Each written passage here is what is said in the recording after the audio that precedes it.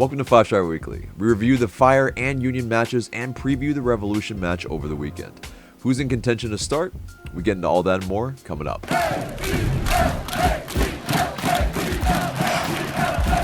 Welcome to the show, 5-Star fam. I'm AJ and this is Marc.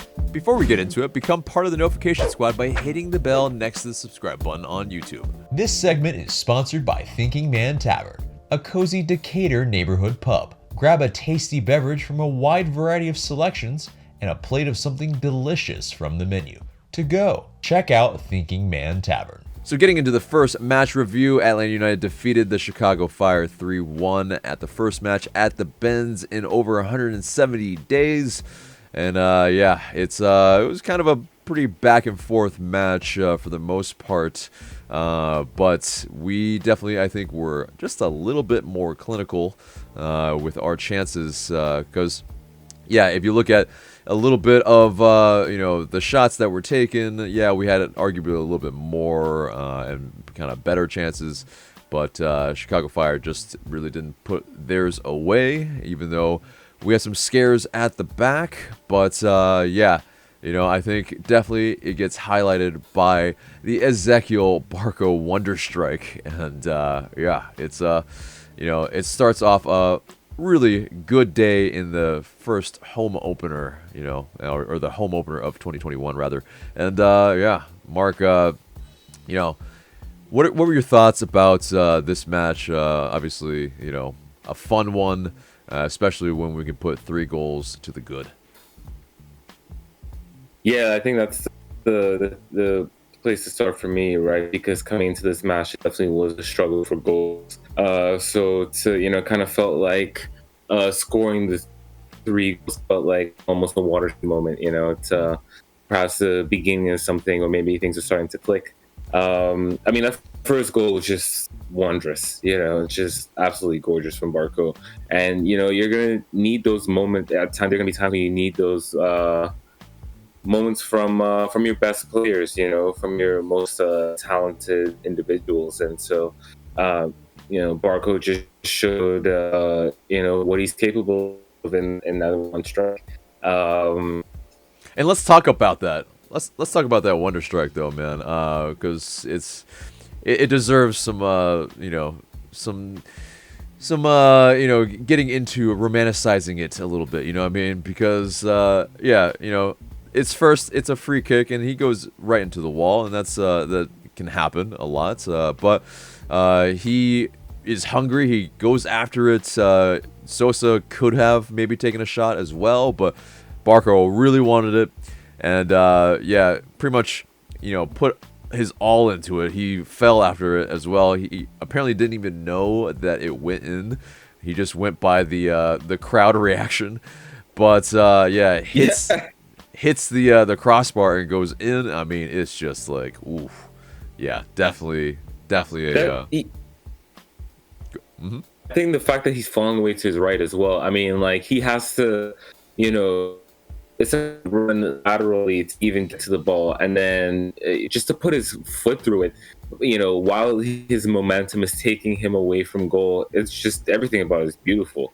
The keeper wasn't that far from that post. But he's had no chance of getting to that ball at all. And then kissing it off the crossbar, just yes, the ball didn't even loop very much either. It's just like a rope right to the other side of the crossbar. It was like almost a knuckleball even. And and it's one of those, he goes and celebrates with Joseph Martinez immediately, and, the rest of the bench. It's just a great moment. One of those that I think inspires the fan base for sure when, you have something like of that much quality to, start off the 2021 season at home. It's like, oh, yes. It really gets the fans going, I feel like, that type of quality. And, but getting on from that, after that 23rd minute goal, I mean, there were some other chances, and the second goal was a little strange. It was just a little bit of a deflection, and Mulroney maybe was in the area, but it was definitely an own goal by Chicago, and it's, I think though, when you pump dangerous balls into the box, I think that's the the end point there. I think is that if you put those type of balls in that ask questions, then sometimes the defender can't do anything but accidentally put it in, and we'll take it absolutely. Especially since we are lacking in the kind of clinical department. Ask the other defenders to help you out. You know what I mean? But it's right. But yeah, definitely though. Chicago. They were, of course, able to score, and that's where, when Lennon does come off, with that kind of face injury, when immediately puffed up too, and it was, definitely kind of a little scary to see how quickly that that injury really looked worse, and the fact that he stayed on is also perplexing. But it is one of those, do you think Lennon should have got the call in terms of the defender maybe got a yellow for that type of challenge when it's pretty much a body check, and he gets sprawled out, and no call really. Yeah, I mean, I think this is the thing we see in the first two MLS matches, because the ref for the Orlando match let a lot go, and I think Chicago ended up with one yellow card, maybe two, while their foul count was close to 20, if not over 20. I mean, that's not, in my mind, that's not good refereeing, because you have the persistence, right, and then you just have the absolutely cynical. And I do think you need to book overly physical, a little bit out of control challenges. I don't want a game riddled with yellow cards, but there has to be a balance. And I think that so far, at least in the Atlanta United matches that I've seen, they're just letting a little too much go. Early, well, we'll get to the match in a second, but early in that match, there was a yellow card. You know what I mean? To fill it up. But it's just this mystery, almost unwritten rule where in MLS games they don't show yellow cards early, and it's just it does a lot to dictate what kind of game it's gonna be. So, and that's what's interesting, I just like to see them game managed a little bit differently by the refs going forward. Right, that's what's very interesting here, though, is we had 3 yellow cards. They had 25 fouls, and only Gaston and Jimenez got a yellow, and that was the 90th minute. That doesn't make sense. It's frustrating for sure, but we won't harp on refs and all that very much usually here. But it's when the disparity is that large, we only had 10 fouls, and I think you could argue the types of fouls were nothing, kind of like what the foul was on Lennon for sure anyway. And so, you kind of have to start scratching your head on, okay, yes, the ref quality in any league is to be questioned all the time, but this one especially just, kind of gave you a little bit of a real big head scratcher for sure. But and so, getting on into later parts of the match, I mean, I think we were just really, not only creating a ton of chances, I think, we were really going for it. We weren't sitting back. I think that's something you want to see from Heinze and, what he's trying to do. We'll talk about maybe if that failed him later in, the second match review, but this match, I mean, just sitting on your laurels. I mean, we 2-1, it's too dangerous, I think. You can't just kind of sit and be content with what you got. You have to go for your the third, I think. and especially the way we were controlling and the way we were able to create chances. And pretty much when Jurgen Damm and Jack Gurr came on, that right side became a lot more dangerous. And it was a lot more evident when for that third goal. Ooh, I mean, some very, very tasty things happening there. Jack Gurr with a little ball on the sidelines to Jurgen Damm, who Jurgen Damm gets to the byline and is able to beat his man, and then finds Jake Mulroney, who, talk about being a man. He beats 3 men around him, and very messy like with his footwork, and it was even afterwards. You could see like Anton walks, asking Jake Mulroney, like, where did that come from, son? Where did that come from? But Jake Mulroney gets the shot off, and then Emerson Hyman, on the rebound, which the keeper was able to parry, but Hyman poaches very well here after both of them kind of missing shots earlier in the match. Hyman is able to put it away for the decisive third goal, not decisive, but for the icing on the cake.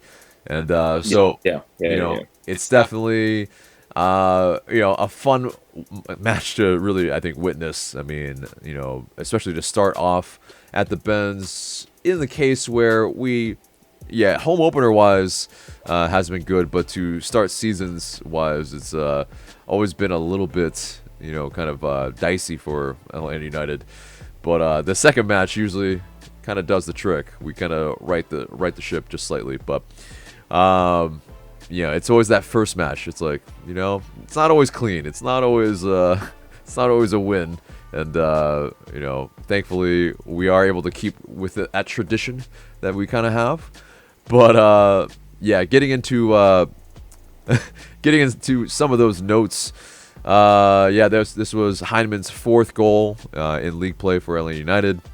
The team is 4-0 when he scores a goal. And Ezequiel Barco scored his 11th career MLS goal. Maybe he should probably have a little bit more in the, hopefully this season, that's when he does go off. But because it does seem a little low. Obviously, he has been with the team for about almost 4 years now. We're going on 4 years, so you wanna see more coming from him. Brooks Lennon, of course, came off at halftime, and it was the first use for us for the league's new concussion substitute rule. Jack Gurr and Eric Lopez made their MLS debut. That's really great to see. Eric Lopez, of course, finally part of the squad, and then he got involved. Great to see. And another positive, I think, is that Miles Robinson, he led the game with 4 clearances. Or led the team with 4 clearances. But Ezequiel Barco, is he your man of the match? Yeah. He obviously scores that one goal. He, I think, was the game's most dangerous player, the most likely to create or score a goal. I thought his energy was good, his willingness to get on the ball and take on players. I think there's some other candidates there who had a pretty decent game,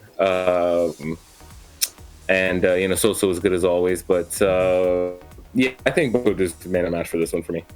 Yeah, and he not only was putting in the work on attack, but he also won 2 tackles and had 5 recoveries. So definitely he was putting in the work on the defensive end as well. I agree. It's Barco for sure. Although I think you're right. Mulroney could be another good shout of someone that was putting in some good work on this night as well.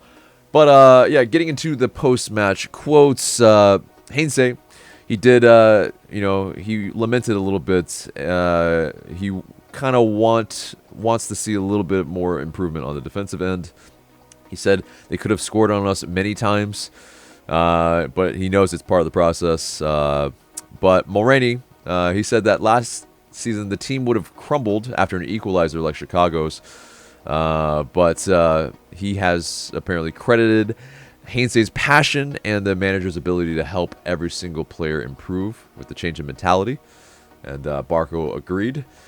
And yeah, I mean, I think yeah, to wrap this this matchup, it's definitely, yeah, you know, there's some stuff that we could improve, and I think you see this in the next match. But yeah, to be able to, you know, get a couple goals in the run of play, I think that's where that gives us confidence, and hopefully we can continue to build on it. It's just, did we really build on it?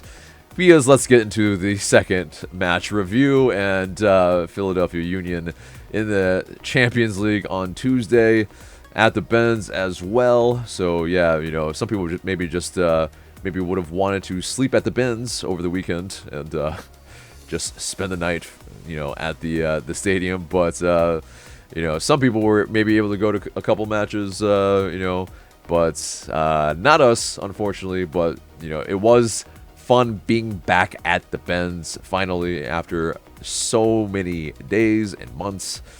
But it is yeah, a little bittersweet because it is not the result that we really ever envisioned. I mean, 3-0 for Philly, 3 away goals, and you know, that first half we you know, we look so good, and it's just a matter of, you know, not being able to put it in the back of the net.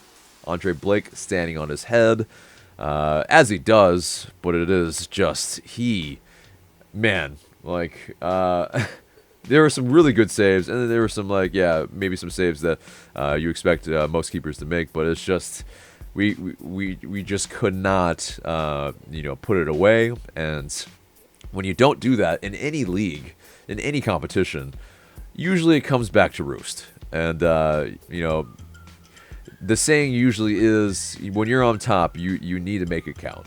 And yeah, we didn't.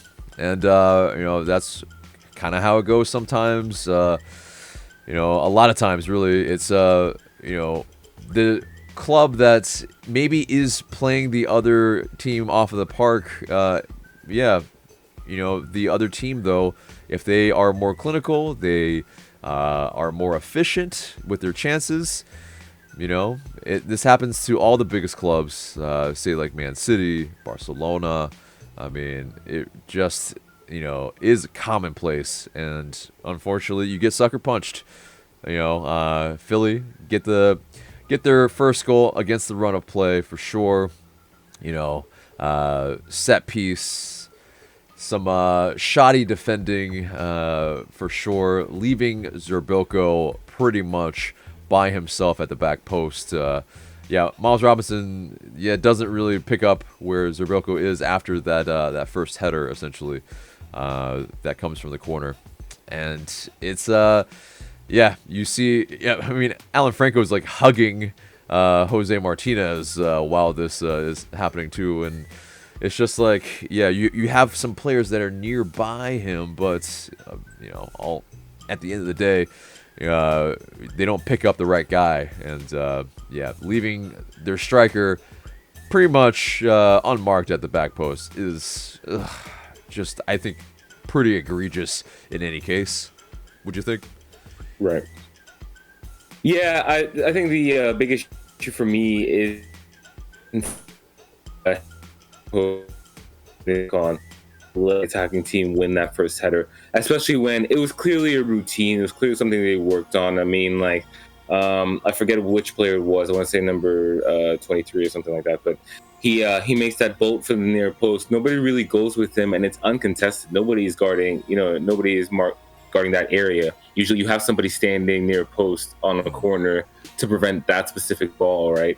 They don't, and so, you know, he's able to flick it on. And as you said, Zerbilko is open. It's just one of those things where, you know, I understand like players have have to pick up their marks or whatever, but it can get messy in there. Sure. And so where you have a bunch of defenders and attackers just kind of standing around, and so especially in the case of something that they've worked on, Shabilka was exactly where he needed to be. It's almost like he was expecting the ball to be there, So yeah, I think just out executed, I think, in that particular moment. But I want to talk a little bit about what led to that, which was the run of play to that point, which, as you said, Atlanta controlled, Atlanta dominated. I spoke to our friend Parcero Philly at halftime, and basically their sentiment was also that Atlanta were controlling the game and Philadelphia needs to get it together, And so I think it was something that everybody could see, but I mean, as a team, as a term that we hear a lot now, they suffered. They suffered and survived and held on. And Andre Blake, I don't know if any one of those saves were his best, was the best save he's ever made, but he was always in the right place at the right time. He was basically faultless. He was sharp. He was on it. And I think his performance up until Philadelphia scored was key. He's almost, if Shabilka doesn't score a brace, I think he's a contender for man of the match. So that's definitely true. And you see why Blake is one of the contenders or last year anyway, for goalkeeper of the year. I mean, he usually is. Yeah, he's just he's rock solid for them, and he kept them in the match. And when you have a keeper that can keep you in the match for just long enough for your team to be able to figure it out eventually. Because, I mean, getting into the lineups of what it looked like, too. I mean, we, didn't have our right back in Brooks Lennon. And so, we kind of went with the three men in the back, and Sosa in the middle there. And pretty much right back optional, and it's pretty much at that point it's sometimes Franco Ibarra, sometimes Jurgen Damm. We pretty much didn't really have a right wing back per se. It was just guys filling in the area, and it theoretically could have really I think worked because it meant that we kind of loaded the middle at times. George Bello kind of playing wherever he found space essentially at times, and so not really even left wing back, because I think Marcelino Moreno was probably the widest on the left for a lot of the first half. And so we really were stretching them a good bit at times. We overloaded them on each side with 2-3 players, and really I think playing to the antithesis of them playing with that diamond in the midfield and two strikers up top, where the middle is going to be congested, and there's space in behind though. And I think it's just like we're able to find that the game plan seems to be effective. It's just Jose Martinez not quite up to speed fully yet to match sharpness. You have also Licha Lopez missing for personal reasons, which we'll get into later on. I mean, basically, Jose Martinez had to play 90 minutes, and even when Kubo Torres came on, it's we look slightly a little bit more dangerous with kind of a strike partner for Jose Martinez, but Jose Martinez still, unfortunately, not really, I think, involved in the match a ton. Just on a few occasions, he was able to kind of be part of the build-up. And essentially, when you only have about 2 strikes on goal, essentially, or two attempts, in 90 minutes as your striker, it's tough. It's real tough. And so, the onus is on everybody else. I think, is there an over-reliance on Jose Martinez still?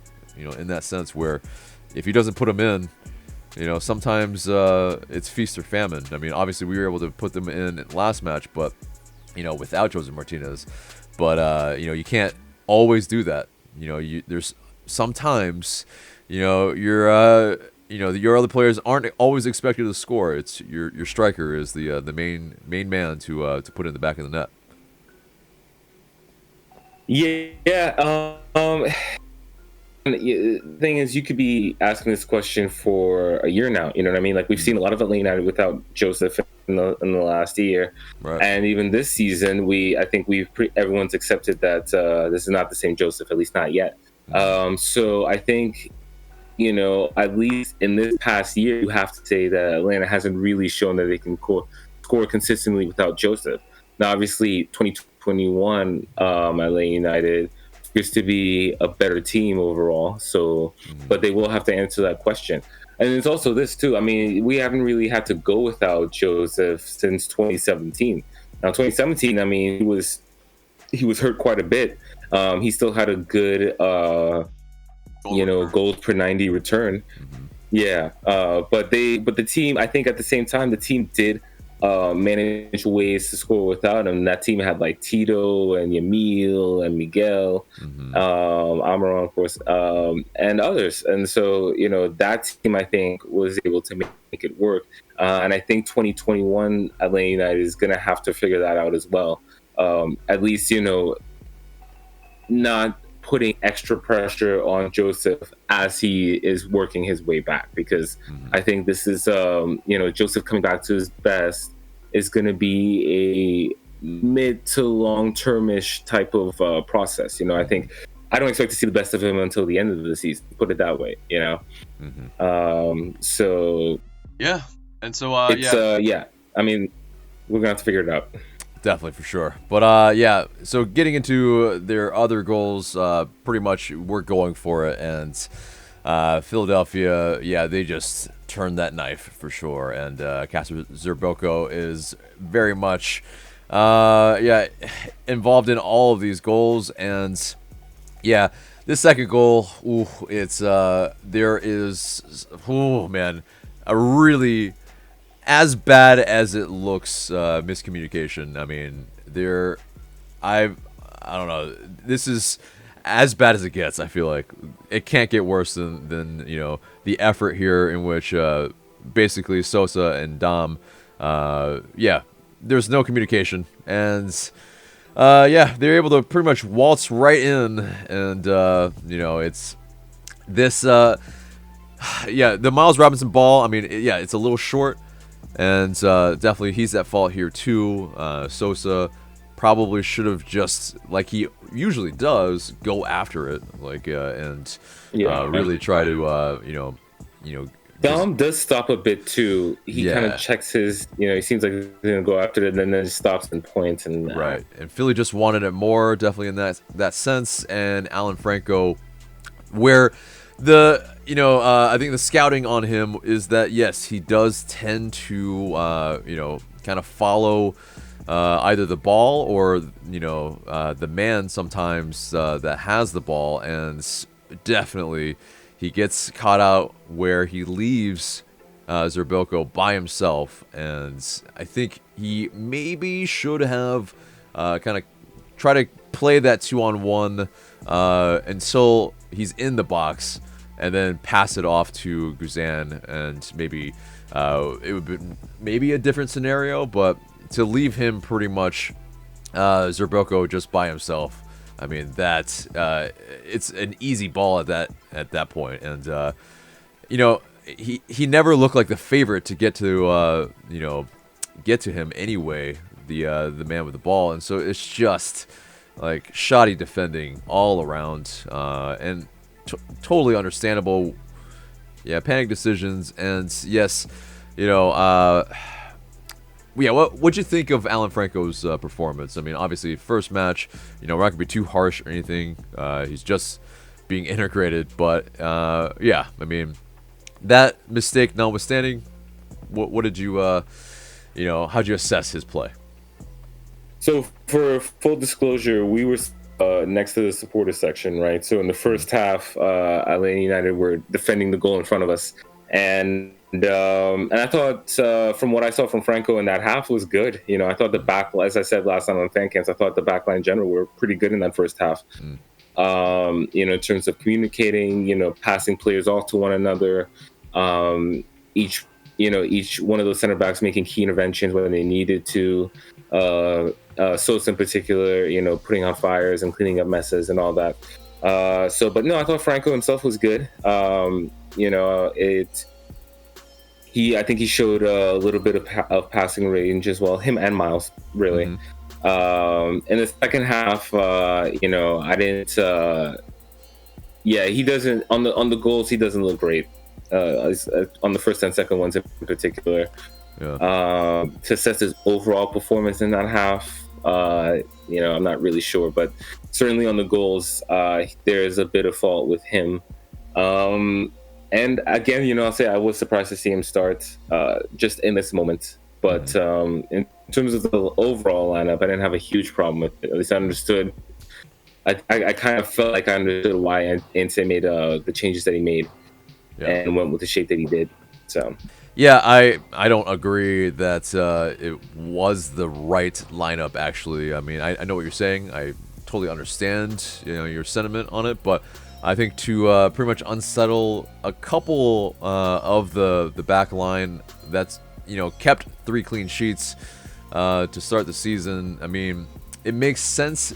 I get it in the way that maybe they had practiced this, and it was a feature that they were kind of waiting to reveal for a Philly or a team when they needed to kind of adjust things. But I mean, it looked good, like you said, in the first half. But I think when you're fully going for it, the spaces are in behind, and I think Philly knew where to take advantage, and you saw that a lot of that was the space that was vacated by not having a right back or right wing back there.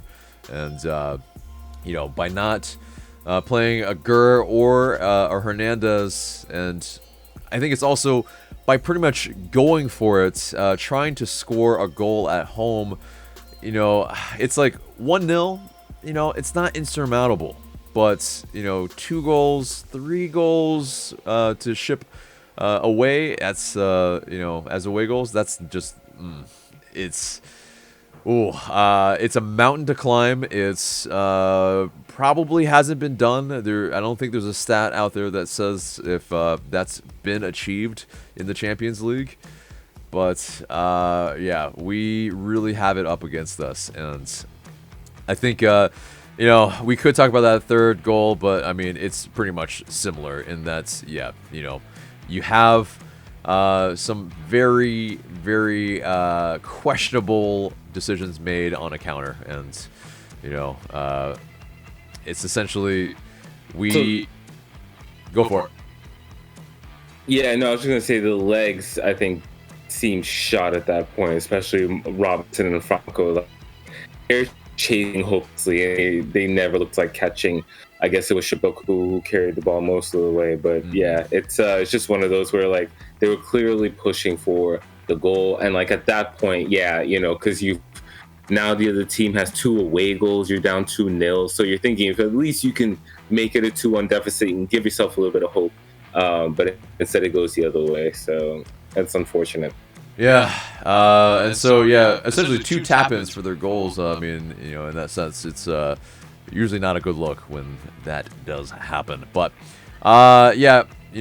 it's just something that we have to as fans kind of learn how to maybe deal with again. When we look so good, and unfortunately the team can sucker punch us that we're playing against, and especially in this knockout competition, it's very bitter to swallow that. I think if this was just in league play, maybe it'd be a slightly different story in terms of the level of saltiness, but definitely it's incredibly frustrating, I think, with this. But it just seemed also a little predictable in the second half. The chances that we were trying to fashion, it was really just pumping in crosses into the box, and exactly. And when we don't have a hulking target forward, I mean, Joseph does win headers, but is he at 100% to be able to outjump every single time, every player?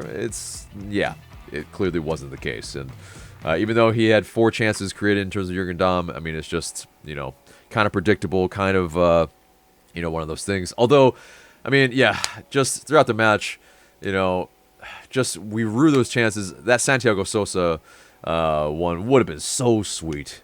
The one that hit that crossbar. God. That was like minutes after they scored, and so I felt like that was part of it too. Even down 1-0, I do feel like Atlanta United kept their principles, still pushed, and it was a reaction, and so I did like seeing that. It's just at that moment. That moment came really for that led to the second goal. Really came at the worst possible time. It's like if it was just like a league match, we're up 3-0 and we just allow a dumb goal. It's like whatever, water under the bridge, and you move on. It happens at the worst possible time though, and again, like I think it's just for me, like Philly does deserve some credit in the sense that they're clearly a quality team. They're clearly a bit of a veteran team. It's a team that's been together for a while. It's a team that's made it to the last 3 postseasons, won the Supporters' Shield last year. So they're no slouch, and so they did, I think, what experienced good teams do, which is suffer when they needed to and took the chances when the opportunities presented themselves. And also shithouse when they needed to, and that they did. Gosh. That absolutely was frustrating for sure, but it also is like, yes, we couldn't see it obviously in the stadium because they weren't showing it either, but there was some bloody heads and all that, even on Kubo Torres, who on a header he had a bloody head and had to be wrapped and whatnot. He was immediately calling to the bench for the medics to come, and this is the thing. It's like you expect the team that you're playing against in CONCACAF to shithouse, but going down very easily for some of these other ones, and especially Jose Martinez. Their Martinez definitely was a culprit that I think the fans it kind of drew their ire, for sure in the stadium, because the level of what he was up to really pissed off a bunch of people. But what's good is that he's suspended for the next leg because of yellow card accumulation. So maybe at the very least that could help us if we are to pull off a miracle. But let's get into the post-match quotes and wrap this baby up. But Jim Curtin, he called this 3-0 win over Atlanta one of the biggest in Philadelphia's history. So, I mean, you see what it means to them for sure. Gabriel Heinze, though, did mention some things that were very interesting, saying it was a joy to watch my team play, probably more so talking about the first half. And he thought that Franco played well in his debut, a few good things and a few mistakes that, they'll keep improving. But Heinze, he also mentioned that, he said he'd be worried if the opportunities were not created, but he says that this invites us to continue working much more and that the final result leads to concern, but his concern goes elsewhere. So he's still saying positive, so that's good to see. He's not going to give up, but I think the fans know that this one you have a like I said, a mountain to climb. But let's move on from that and wrap all those match reviews up and get into the news. And into the news, basically, Barco, that Barco Lasso is up for the MLS Goal of the Week, as it should, and maybe by now it's already won it because, Twitter polls and all that type of stuff. Atlanta United fans are undefeated, as you know. But Barco also, he made the MLS Team of the Week, placed in a curious spot over there, and as like a defensive midfielder, but whatever. And Rocco Rios Novo, he made the best 11 for the Champions League round of 16. I mean, well deserved, because Novo pretty much single-handedly maybe kept us in the match in the first leg against Alajuelense. But moving on from that, Mateus Hisetu, he has officially obtained his U.S. green card, and he will no longer occupy an international spot, and also will not be, he pretty much ends his loan on Atlanta United too, but also still, health protocols and all that, he still has to work his way back in after, kind of that period of time. But moving on from that, Tony Annan, the academy director, he will leave the club and become the head coach of the University of South Carolina, and that will be effective in mid-June. And Atlanta United are conducting an active search to fill the respective roles of academy director and Atlanta United 2 head coach. So definitely he was pulling double duty, and he's still the Atlanta United 2 head coach for the match days. And there was, of course, the match over the weekend against Louisville City, and unfortunately, it's the best team in USL against a team that really hadn't even played anything together. And it's a loss, but it is what it is. Darwin Mateos, though, one of the players that was brought in, looked quite good apparently, and kind of that really tricky, pacey winger, and a guy that was causing some problems. But ultimately at the end of the day, they were shut out, but it is what it is. But yes, Annan back to, he not only produced 10 players who have signed professional contracts, but he's also produced 7 homegrowns for Atlanta United in that sense, by way of pretty much being some of the players' coach even since Georgia United, one of them being George Bello, and all that. So it is definitely, it's going to be a big miss for sure to not have the likes of this type of quality academy coach. But we wish the best to him at the Gamecocks, and hopefully there are some kind of maybe back and forth that the players that we maybe graduate from our academy, maybe they play with him, and then we're able to bring him back as a homegrown or something. But anyway, let's get into left back Greg Garza, former Five Stripe and FC Cincy and Cholos player. He has announced his retirement at 29, and of course he won the MLS Cup, and with us in 2018. But now he has already been in the area already in Atlanta. Pretty much. It's at 29. It's so early in his career still, but obviously injuries kind of did his career in. But he is the director of player development for the youth club Georgia Alliance FC, and it seems like that's gonna be maybe that kind of route he's gonna go in. He's got tons of experience, kind of being a soccer nomad essentially. So it's definitely good to see him kind of return to Atlanta and be part of the community. But best of luck in retirement, Greg Garza.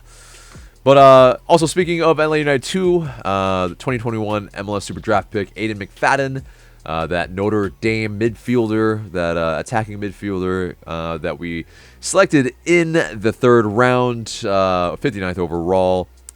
He has been signed by Atlanta United 2. And we kind of speculated, where was he? Was he going to be signed by Atlanta United? Yes, he will be. And so we'll see how much he takes part with Atlanta United 2 in the future. But let's wrap the news up and get into the match preview on the weekend. We will be playing the New England Revolution at Gillette Stadium on May 1st. It's a 7 p.m. Eastern game, although Atlanta United have it marked as 8 p.m. We shall see when the game actually starts. I guess just start tuning in at 7 and, wait for an hour and a half before the game actually starts.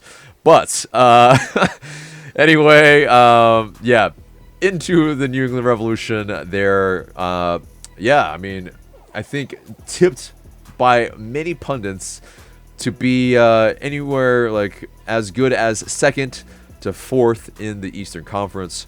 And last season, they, as a dark horse heading into the playoffs, got hot at the right time, got healthy. And Bruce Arena, he showed his quality again and his playoff pedigree. And it's they're looking to kind of build on that success after having been out of the playoffs for a while. But they're definitely, I think, a similar team, but are missing a few of their cogs. But before we get into that, they finished 8th place in the Eastern Conference last season, and they were eliminated by the eventual champions in the Columbus Crew. But key acquisitions in this offseason: Wilfred Kaptum, and then Christian Mafla and Amnor Ingvi Trastasen. Definitely guys in their midfield and attack that will be very helpful for them going forward. And Mafla, their left back signing from Atletico Nacional. But key losses, definitely some of their, I think, stalwarts, part of their previous squads for sure. And Diego Fagundes, he departs after a decade with the Revs. And Christian Pania, he was declined in the off season. But they against us, haven't fared that well, and which bodes well going into the weekend, and hopefully we can continue this. But in 7 matches, we have 5 wins and 2 draws, and we have not lost against the Revs, so hopefully we can keep that up. We last played them in 2019 in October. It was that farewell match for Michael Parkhurst, of course. And it's been a minute then, since we've played them, and so it'll be kind of good to maybe kind of rectify what happened on Tuesday with kind of our our good old kind of punching bag that hopefully they continue to be.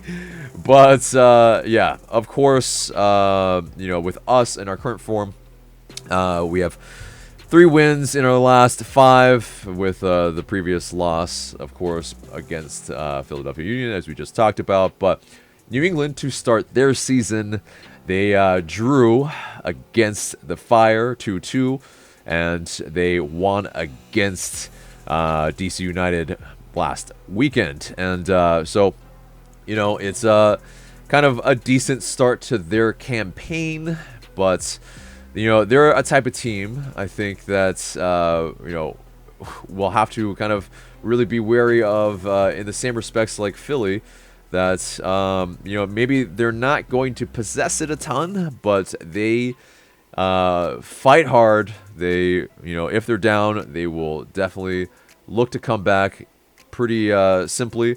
But they are a different type of team in that they probably attack more from the wings, less from more of centrally like a Union. But they are kind of play a little bit bigger too as well. So we're that type of team that maybe can handle it a little bit better this year. But I think it's that type of team that can sucker punch, and we've seen what can happen against the run of play. So them being direct, them being aggressive, it's gonna be something that we need to look out for. But let's get into some of the players to watch. Mark, take it away.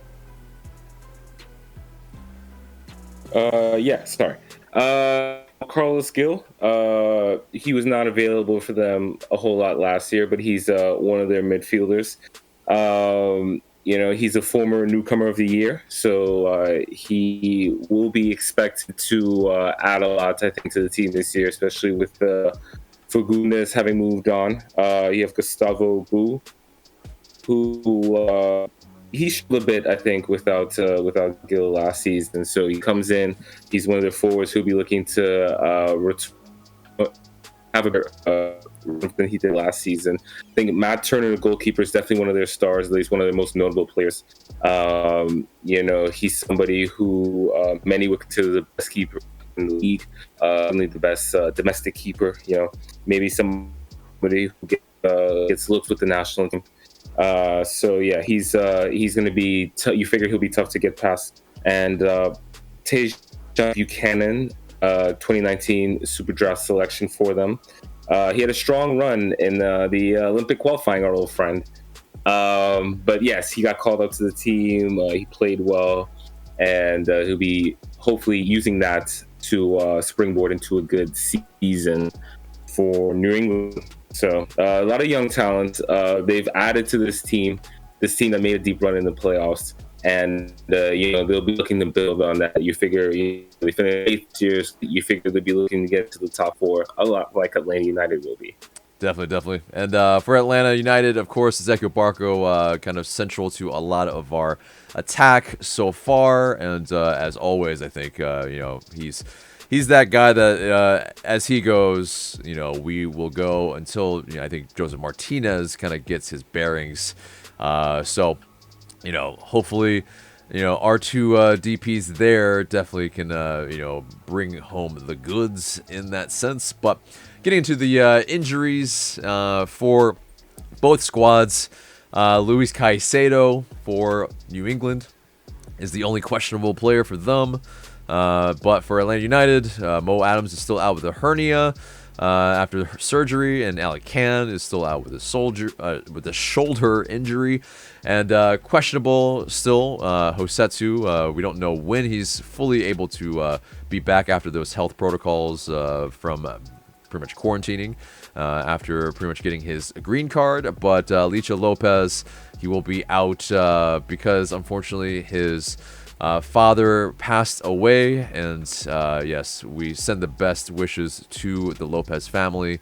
It's definitely loss is definitely very, very hard, and he probably will get all the time he needs to be able to get back. But also Brooks Lennon, also questionable with that kind of black eye. I mean, is he going to be available over the weekend? We don't know. We shall see. But looking into New England's starting 11 and what they've kind of trotted out previously, it looks like a 4-2-3-1 with definitely a very attacking trio in midfield, and they look quite dangerous a lot of times. And so you see it on the screen, but for the podcaster or for the podcast listeners, we'll kind of quickly go through how they line up. But Turner with Mafla at left back, Kessler, Farrell, and Bai going from left to right, and then Captum, Polster is the defensive midfielders, and then Traustason and Bo and Hill as the midfielders in attack, and then Buxa up top as the forward. But so pretty, I think, generally probably a little simpler to maybe plan for than say a Philadelphia Union. But we will see on Saturday how they set up. But for us, let's get into our predicted starting 11. So what do you got? Yeah, Guzan returns between the sticks. I have Ronald Hernandez coming in at right back. So I do think that we line up in a 4-3-3 for this game. I think it's going to be Hernandez, Robinson. I think Franco retains his spot, and I think Bello, of course, retains his spot. That's my backline keeper. Yeah, and I have the same backline as well. I think, Hernandez needs to be given some time at least, and he... I don't know. I mean, Jack Gurr has looked decent as well, but I think you bring in a Ronald Hernandez that especially in lieu of possibly injured Lennon. I think you gotta do it. I think you gotta bet him into the team at some point, especially with Franco getting into the team as well. I think you're seeing that Heinze. He's not afraid sometimes to put in a guy that. He knows that will be important going forward. But especially, I think when you have the team ship 3 goals, I mean, I think you need to kind of maybe change things around and start to see what works. But in the midfield, for me, I've got Sosa, of course, in the middle, and I mean, we can't play him every single match for 90 minutes. So I think we're gonna have to spell him with somebody soon. Maybe Franco Ibarra, but who has played that role a bit. But Heinemann, I think, is the next midfielder for me, and Barco. I think we're gonna be pretty attacking here. But what about you? Yeah, I got Sosa retaining his spot. Completely agree with that comment, by the way. But it's just like right now, he still has to start. But yeah, at some point, they're gonna have to give him some rest. But I've got Ibarra coming back in, and Barco retaining sort of 8th spot. Yeah, and so getting into the attack, it's gonna be, I think, for me, Mulroney, who it's looking like it's a kind of rotational type of thing at the moment in terms of it's either Mulroney or Dom on the right, and it keeps them both fresh. So they both offer some different things, and either one of them can pretty much come on later in the match and either get in behind or at least take on some players and have the other team backpedaling. So Mulroney for me gets a start on the right, Moreno on the left. I think he's, as that former DP, I think, he just has to keep being bedded in until, something happens, I think, but so far the returns have not been spectacular. He has been part of some of our good play, but it's also, you want to start seeing him get on the score sheet either in goals or assists. But with Licha Lopez pretty much being out for personal reasons, I think Joseph has to start here. But I think, instead of maybe a 2-man up top at times that we saw against the Union, with maybe a Kubo Torres coming on, with that 2-striker setup, I think he's maybe going to come on later, or maybe another player, maybe Jackson Conway gets a look or something, but or maybe Eric Lopez. But I think Joseph is gonna have to start because we don't have any other starting level in that sense, kind of start strikers to I think spell Joseph in this moment. But what about you? Yeah, I've got the same forward line: Mulroney on the right, Joseph in the middle, and Moreno on the left. I think, with what Mulroney showed versus Chicago, I think he earns the benefit of the doubt of the start. And Joseph pretty much has to start. Moreno, it's interesting. I would like to see Eric Lopez in this game. Probably he's not fit enough to start, but I would like to see him get like 20, 30 minutes, especially if it's a tie game kind of situation, see what he can do. Mm-hmm. But it'll be curious to see if and where Moreno can settle, because he's definitely been used in a few different roles under Heinze and really in his time here overall. So right, and so hopefully we can get the best of Moreno. It's just not yet so far. But getting into what we'd like to see the team do in this match, we need to put some goals away after we get those chances, and it's been a little bit of a mixed bag so far, and we all talked about this and knew this going into the season that this is going to be the thing that we need to be better at. But that long ball by New England Revolution is going to be something that direct play we're going to have to really be wary of, and make sure that they can't get in behind us with those maybe long balls over the top. But if we do ship a goal early, that we need to keep our heads up, because generally anyway in MLS, playing away is not the easiest thing to do, and results generally, especially when fans are in the stadium, even though for the most part Gillette Stadium is fairly empty, but it's still difficult to win away on the road. But so hopefully we can. But getting into the odds for this, according to Bet365, LA United have a 55.6% chance of winning, with the draw at 26.3, and with a 25% for the Revolution. So with all that being said, let's get into our score prediction. What do you got, Mark?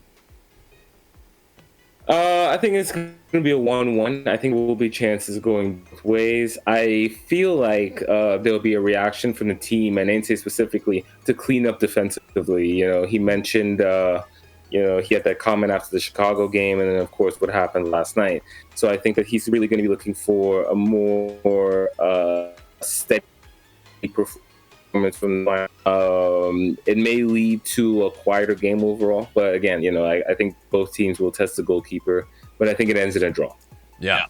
I think for me, I see a lot of goals in this. I'm not sure why. I think I think we're going to ship some goals because we're still trying to figure out some things, but I think we're able to, get some from the run of play, maybe from a set piece. I think when you have Franco and Robinson, guys that I think are, big targets in the box, hopefully, we can start making these set pieces count as well. And maybe our routines are maybe improved, but hopefully we can, really jumpstart our attack again.